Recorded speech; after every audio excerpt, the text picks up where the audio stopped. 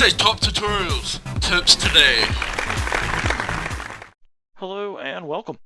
In this episode I will be explaining ways to save and how to easily lock an object in place. Let's begin. So in this example I have a Google image set up and I preach to everyone save and save often.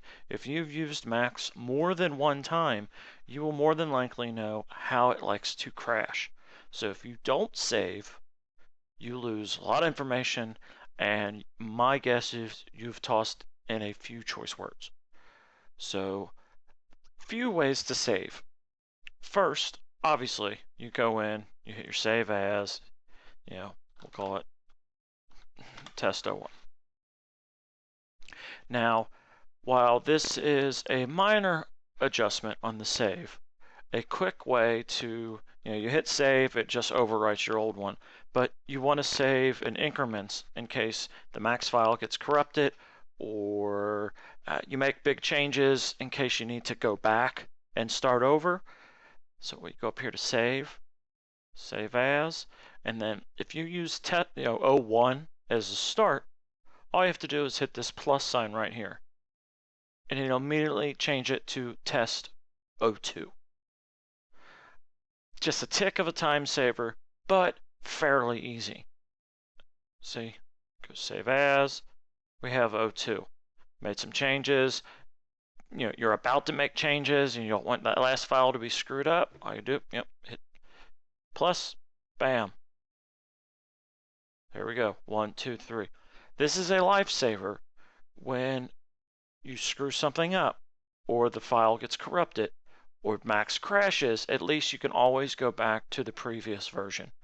I've had tracks where I've had 80 Max files saved because either Max is misbehaving sometimes, so I constantly save. To me, it's just a telltale kind of backup to play it safe. And on that note, Max has a backup built in, and you have to make sure it's working. So we go up to Customize, Preferences, Files. You see right here, Auto Backup. You make sure it's enabled. You can have 3 files backed up, and there's the interval of 5 minutes. So you can have as many files as you want, 5, 6, 7, whatever. You can change the time limit to 10 minutes, 20 minutes. But what this will do is every 5 minutes, it will automatically produce a backup file of whatever you're working on. And where you can normally find these files is in your Documents, 3ds Max, Auto Backup. As you can see, 1, 2, 3, there's the files, there's when they backed up. And the way it works is it'll write 1, 5 minutes later it'll write 2, 5 minutes later it'll write 3, 5 minutes later it overwrites 1. So it just goes through a cycle. So it might not hurt to add maybe 5, 6, 10 to the backup number, but my only concern is that I don't know if there's a performance hit to have more files, or if you're tight on space, then and you're working on a large Max file, that could be 50 meg a pop, because you can then go back here after Max crashes and fire up that file, and that might actually be more current to what you're working on than your past save. Now, so once we have this here, I always do a file save as 01, file save as 02 when I start working. And one thing that I've done through the years, and it's frustrating, is I'll put an object in. Let's see, box. Put the object in, and I go start working, and I don't realize it, and I accidentally move this object. Well, obviously I don't want to move this because everything's being worked off of this image.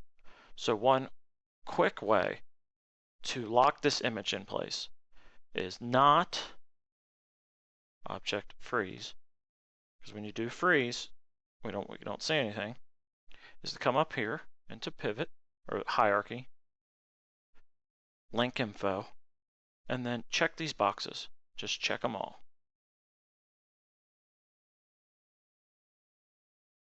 And what this will do is, so we got this box here, we move it. Once we checked them, there is no moving this. You will not accidentally move it now if you click on it. You will not accidentally rotate it any which way or resize it, because it will be locked in place. And if you want to move it or resize it or whatever, you just come back here. So if you just want to move it, you can just select this. Since I did not undo rotate and scale, I still can't rotate it or scale it. You get the idea. That at least will make sure you don't move your map as you start, especially with cars. That's another way.